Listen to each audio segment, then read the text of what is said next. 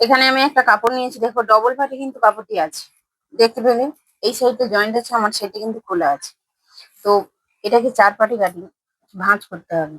সবসময় যেন হাতার কাটিং করতে হলে কিন্তু 4 পাটি ভাঁজ করতে হয়। এইভাবে তুমি যেই সাইডে বসবে সেই দিকটা থাকবে জয়েন্ট, অপর সাইডে কিন্তু খোলা। তাহলে কটা পার্ট হলো? 4টি। 1 2, যেহেতু এটা জয়েন্ট আছে কাটিং করে দিলে কিন্তু 3 4। বোঝা গেছে? বারবার বলছি, তুমি যেই সাইডে বসবে ওই দিকটা থাকবে জয়েন্ট। এইটা কিন্তু মাথায় রাখবে, যদি এই সাইডটা খোলা থাকে তাহলে কিন্তু 8টা খন্ড বেরিয়ে যাবে। আর যখন এই সাইডে জয়েন্ট থাকবে দুটো হাতা বেরোবে। বোঝা গেছে? তো আমার কাস্টমারের হাতের লম্বা কত ছিল? 9।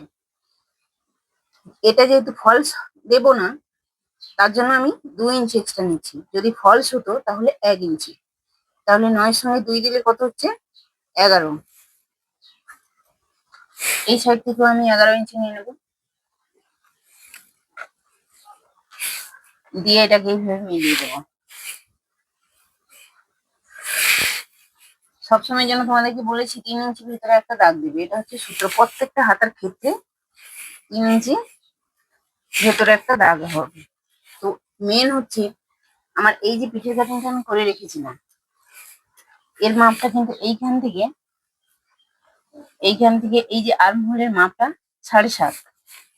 মানে আমাদের যে বডির মেন যে বডির মাপটা, এইটা কিন্তু লাগবে। কত এসছে? 7.5, 2 ইঞ্চি এক্সট্রা। তো আমার এখানে আর কাপড় নেই, আমি কিন্তু এখানে 1.5 ইঞ্চি আসছে, ওটাই নিয়ে নিচ্ছি। হলো। এবার এই দিক থেকে এইভাবে আলতো হাতে কিন্তু সুন্দর করে সিটকে দিয়ে দিতে হবে।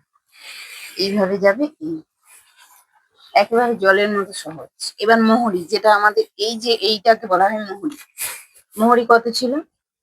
মোহরি ছিল 10। 10-এর হাফ কত? 5। 2 ইঞ্চি এক্সট্রা। সবসময় যেন বাড়তি রাখা হয় কাটানো ব্লাউজ দিয়ে, এর সঙ্গে একে মিলিয়ে দেবে, আর কিছু না।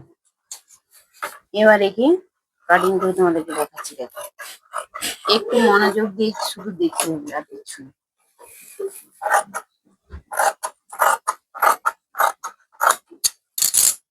দেখো, যেহেতু আমার দিকটা জয়েন্ট ছিল, এটা কিন্তু দুটো হাতা বেরোবে। দেখো, দেখতে পাচ্ছ? এই যে একটা, দুটো। তোমাদের বুঝতে যদি অসুবিধা হয় আবারও কমেন্ট করবে, সুন্দরভাবে বুঝিয়ে দেবো। চলো, সবাই ভালো থেকো, সুস্থ থেকো, টাটা। যে এই ব্লাউজের হচ্ছে পেছন পাটটা কেমন হয়েছে অবশ্যই কিন্তু কমেন্টে জানাবে। আর কয়েকদিন হচ্ছে ভীষণ গরম পড়েছে, তোমরা তো সবাই জানো। আর কাজের চাপও প্রচণ্ড, এই কারণে কিন্তু ভিডিও নিয়ে আসতে পারিনি। চলো, সবাই ভালো থেকো।